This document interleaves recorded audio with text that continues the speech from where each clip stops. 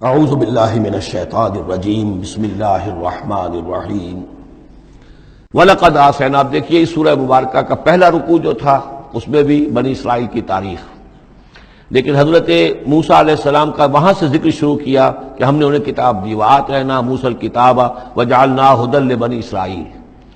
اور یہ واقعہ کب ہوا ہے کہ جبکہ مصر سے وہ نکل کر آ چکے تھے صحرائے سینا میں. گویا کہ پوری داستان جو مصر کی تھی اس کا وہاں پر تذکرہ نہیں ہے، لیکن اس سورہ مبارکہ کے آخری رکوع میں پھر حضرت موسیٰ کا ذکر آ رہا ہے. یہ گویا کہ خاص اسلوب ہے اس قرآن مجید کی صورتوں کا، خاص طور پر جو صورتیں کہ ایک ہی وقت میں خطبے کی شکل میں نازل ہوں، ان کی ایک تو یہ کہ ابتدائی اور آخری آیات جو ہیں ان کی ایک خصوصی اہمیت اور فضیلت ہوتی ہے، اور دوسرا یہ کہ ان کے اندر خاص ربط ہوتا ہے. تو بنی اسرائیل کی تاریخ کے بعد کے ادوار وہاں آئے ہیں، لیکن جو مصر کے اندر ان کے ساتھ ہوا ہے اس کا ذکر اب یہاں ہو رہا ہے. وَلَقَدْ آتَيْنَا مُوسَىٰ 9 آیات بینات. اور ہم نے موسیٰ کو 9 نشانیاں دی تھی روشن. 2 نشانیاں تو وہ تھیں کہ جو وہ اولین مرحلے پر اللہ تعالیٰ نے ان کو دی تھیں، یعنی یہ کہ ایک عصا جو کہ وہ سانپ بن جاتا تھا یا اژدہا بن جاتا تھا، اور دوسرے ان کا وہ ہاتھ کے جو چمکنے لگتا تھا. اس کے بعد 7 نشانیاں ان کو جو اور دکھائی گئی مختلف اوقات میں، ان پر جو عذاب آئے اور حضرت موسیٰ کے دعا کرنے سے پھر وہ وقت پر ٹل جاتے رہے. تو ان میں سے سنین، نقص من الثمرات، طوفان، جراد یعنی ٹڈی دل، قمل چتڑیاں، ضفادع یعنی مینڈک، اور خون کی بارش، یہ تمام جو ہے یہ سورہ اعراف کے اندر تفصیل گزر چکی ہے. لقد آتینا موسیٰ 9 آیات بینات فصل بنی اسرائیل اذ جاءہم. تو ذرا پوچھ لو ان بنی اسرائیل سے کہ جب موسیٰ ان کے پاس آئے، فقال له فرعون، تو فرعون نے ان سے کہا، انی لاظنک یا موسیٰ مسحورا، کہ میں تو یہ سمجھتا ہوں کہ اے موسیٰ تم پر کوئی جادو ہو گیا ہے. اب دیکھیے یہی لفظ آیا یہاں پر جو حضور کے بارے میں صورت میں آیا ہے، ان تتبعون الا رجلا مسحورا، تم نہیں پیروی کر رہے ہو مگر ایک ایسے شخص کی جس کے اوپر سحر ہو گیا ہے. یہی بات کہی گئی تھی حضرت موسیٰ علیہ السلام سے. فرعون نے کہا، انی لاظنک یا فرعون مسحورا، اے فرعون میں تو یہ سمجھتا ہوں کہ تم پر جادو ہو گیا ہے. قال لقد علمت ما انزل هؤلاء الا رب السماوات والارض. اب ظاہر بات ہے کہ یہ حضرت موسیٰ علیہ السلام ہے، ویسے بھی جلالی مزاج تھا ان کا. پھر یہ فرعون جس سے یہ مکالمہ ہو رہا ہے ان کے چھوٹے بھائی کے مانند بھی تھا، تو اس سے اسی انداز میں بات کر رہے ہیں، اس میں تنتنا وہی ہے. لقد علمت، تجھے خوب معلوم ہے، ما انزل هؤلاء، نہیں اتارا ہے ان نشانیوں کو، الا رب السماوات والارض، مگر اسی نے کہ جو آسمانوں اور زمین کا مالک ہے، بصائر، سجھانے کے لیے، دکھانے کے لیے، تمہاری آنکھیں کھولنے کے لیے. وانی لاظنک یا فرعون مسبورا، اور اے فرعون تو سمجھتا ہے کہ مجھ پر جادو ہو گیا ہے، اب میں یہ سمجھتا ہوں کہ تو تباہی اور ہلاکت کے کنارے تک پہنچ چکا ہے، اب تیری بربادی اور تیری ہلاکت یقینی ہے. فاراد ان یستفزهم من الارض، تو فرعون نے ارادہ کیا کہ انہیں اکھاڑ پھینکے زمین سے، یعنی جو بھی اس نے شکل اختیار کی تھی کہ لڑکوں کو قتل کرو اور لڑکیوں کو زندہ رکھ لو، ظاہر بات ہے قوم کے استحصال کا اور اس کو ختم کرنے کا اس سے اور زیادہ عمدہ ذریعہ کیا ہو سکتا ہے. فاغرقناہ ومن معہ جمیعا، تو غرق کر دیا ہم نے اس کو اور اس کے جتنے بھی لوگ اس کے ساتھ تھے ان سب کو. وقلنا من بعدہ لبنی اسرائیل اسکنوا الارض، اور پھر ہم نے کہہ دیا بنی اسرائیل سے ان کے اس کے بعد کہ اب زمین میں تم آباد ہو جاؤ. فاذا جاء وعد الآخرۃ جئنا بکم لفیفا، جب پھر اگلا وعدے کا وقت آئے گا، پچھلے وعدے کا وقت آئے گا تو ہم لے آئیں گے تمہیں سب کو سمیٹ کر. یہ وعد الآخرہ سے مراد اکثر و بیشتر تو لیا گیا آخرت کا، اور جب قیامت آئے گی، یعنی تم زمین میں رہو، قیامت آئے گی تم سب کو ہم جھاڑو پھیر کر جمع کریں گے، سب کے سب جمع ہوں گے، ایک میدان حشر میں آئیں گے، سب کے سب جمع ہو جائیں گے. جیسے کہ کہیں جو ہے وہ باغ میں جو ہے جھاڑو دی جاتی ہے اور سب کو جمع کر لیا جاتا ہے، تنکوں وغیرہ کو، جئنا بکم لفیفا، تم سب کو لپیٹ کر لے آئیں گے. لیکن میرا گمان یہ ہے کہ اس کے اندر اشارہ ہے اس بات کی طرف کہ جو ڈائسپورا کا پیریڈ جو چل رہا تھا بنی اسرائیل کی تاریخ کا، جو شروع ہوئے حضور کی بعثت کے وقت جو ہے 500 برس ہو چکے تھے، اور جب یہ صورت نازل ہو رہی ہے تو گویا کہ 550 برس ہو چکے تھے ان کے ڈائسپورا کو. اس لیے کہ 40 برس کی عمر میں تو حضور پر وحی شروع ہوئی ہے اور کم سے کم 10-12 سال اور بیت چکے ہیں. 550 برس سے وہ نکال دیے گئے تھے سرزمین فلسطین سے، اور وہ منتشر ہو گئے تھے پوری زمین میں، کوئی کہیں کوئی کہیں کوئی کہیں. لیکن اشارہ کیا جا رہا ہے کہ جب آخرت کا وقت قریب آئے گا تو تم سب کو سمیٹ کر لے آئیں گے، جیسے کہ آج ان کو جھاڑو پھیر کر پوری دنیا میں یہودیوں کو فلسطین میں جمع کیا جا رہا ہے. اس لیے کہ ان کا جو آخری جو انجام ہے، جس سزا کے یہ مستحق ہو چکے تھے حضرت مسیح علیہ السلام کو رد کر کے، اور جس سزا کی مزید توثیق ہو گئی جبکہ انہوں نے حضور پر بھی ایمان لانے سے انکار کر دیا، تو اب یہ کنڈیمڈ پرزنرز کے مانند ہیں کہ اب ان کی سزا تو ہو چکی ہے لیکن اس کی ایگزیکیوشن ابھی باقی ہے. وہ ایگزیکیوشن جو ہے اور قریب وہ وقت آنے والا ہے کہ جب ان کی ایگزیکیوشن ہوگی، اور ظاہر بات ہے پوری دنیا میں پھیلے ہوئوں کے لیے وہ ایگزیکیوشن جو ہے اس کے بجائے بہتر شکل یہ کہ ان کو سمیٹ کر لے آیا جائے. تو در حقیقت یہ گریٹر اسرائیل کا قیام جو بھی ہو رہا ہے، اسرائیل تو قائم ہو گیا ہے اور عین ممکن ہے کہ گریٹر اسرائیل بھی قائم ہو جائے جیسا کہ ان کا نقشہ ہے، لیکن یہ کہ وہ ان کا گریٹر گریو یارڈ بنے گا. پھر بالآخر حضرت مسیح ہی زمین پر دوبارہ نازل کیے جائیں گے اور انہی کے ذریعے سے اس قوم کی ہلاکت ہوگی آخری. تو جب وہ وقت آئے گا قیامت کے وعدے کا تو پھر ہم تمہیں لے آئیں گے سمیٹ کر، پوری دنیا میں سے جھاڑو پھیر کر تمہیں سب کو ایک جگہ جمع کر لیں گے. واللہ عالم. اب اس کے بعد پھر اس سورہ مبارکہ کے آخری آیات میں قرآن مجید کا تذکرہ جو ہے بڑے شاندار الفاظ میں ہے.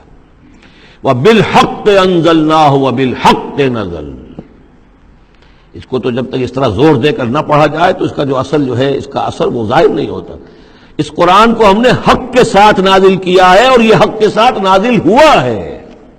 یہ بالکل ایسے ہی ہے جیسے کہ سورۃ طارق میں ہے وَمَا هُوَ بِالْحَزْلِ إِنَّهُ لَقَوْلٌ فَصْلٌ وَمَا هُوَ بِالْحَزْلِ. یہ قرآن اب قول فیصل بن کر نازل ہوا ہے.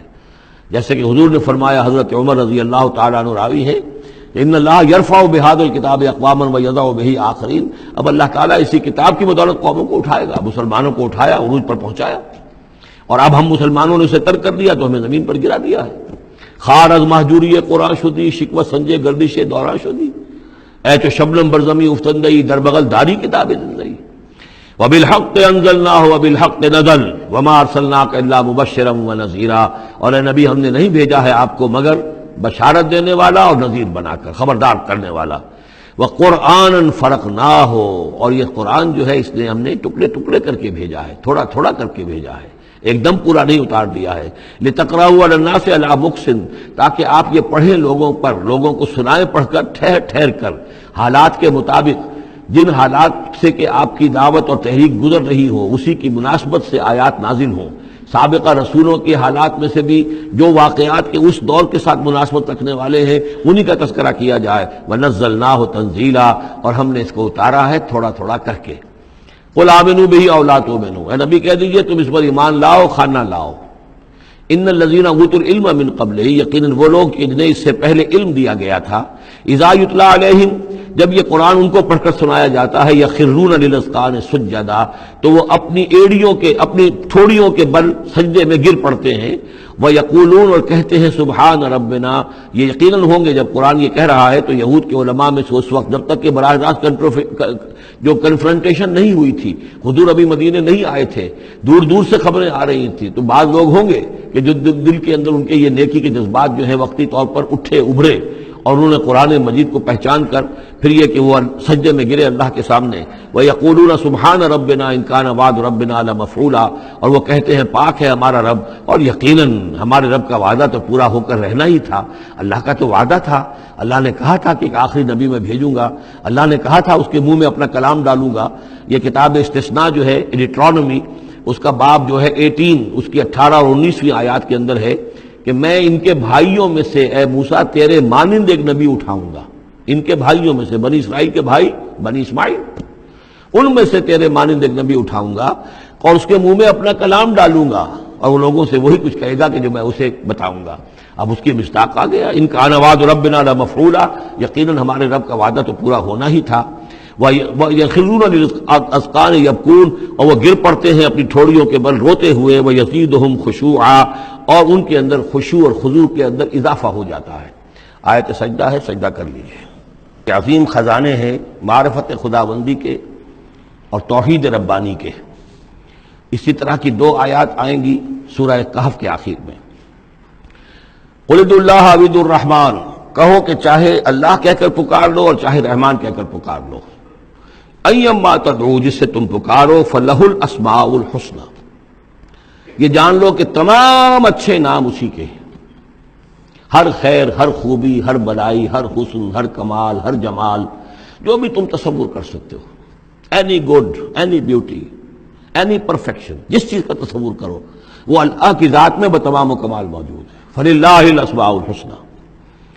قُلِ ادعوا اللَّهَ أَوِ ادعوا الرَّحْمَٰنَ أَيَّمَّا تَدْعُوا فَلَهُ الْأَسْمَاءُ الْحُسْنَىٰ وَلَا تَجْهَرْ بِصَلَاتِكَ وَلَا تُخَافِتْ بِهَا اور جب اس سے تم سرگوشی کیا کرو، مناجات کیا کرو نماز پہ، تو نہ تو اپنی آواز بہت بہت پست رکھو اور نہ ہی اس کو بہت زیادہ بلند کرو، وابتغ بین ذالک سبیلا، بلکہ اس کے بین بین ایک روش اختیار کرو۔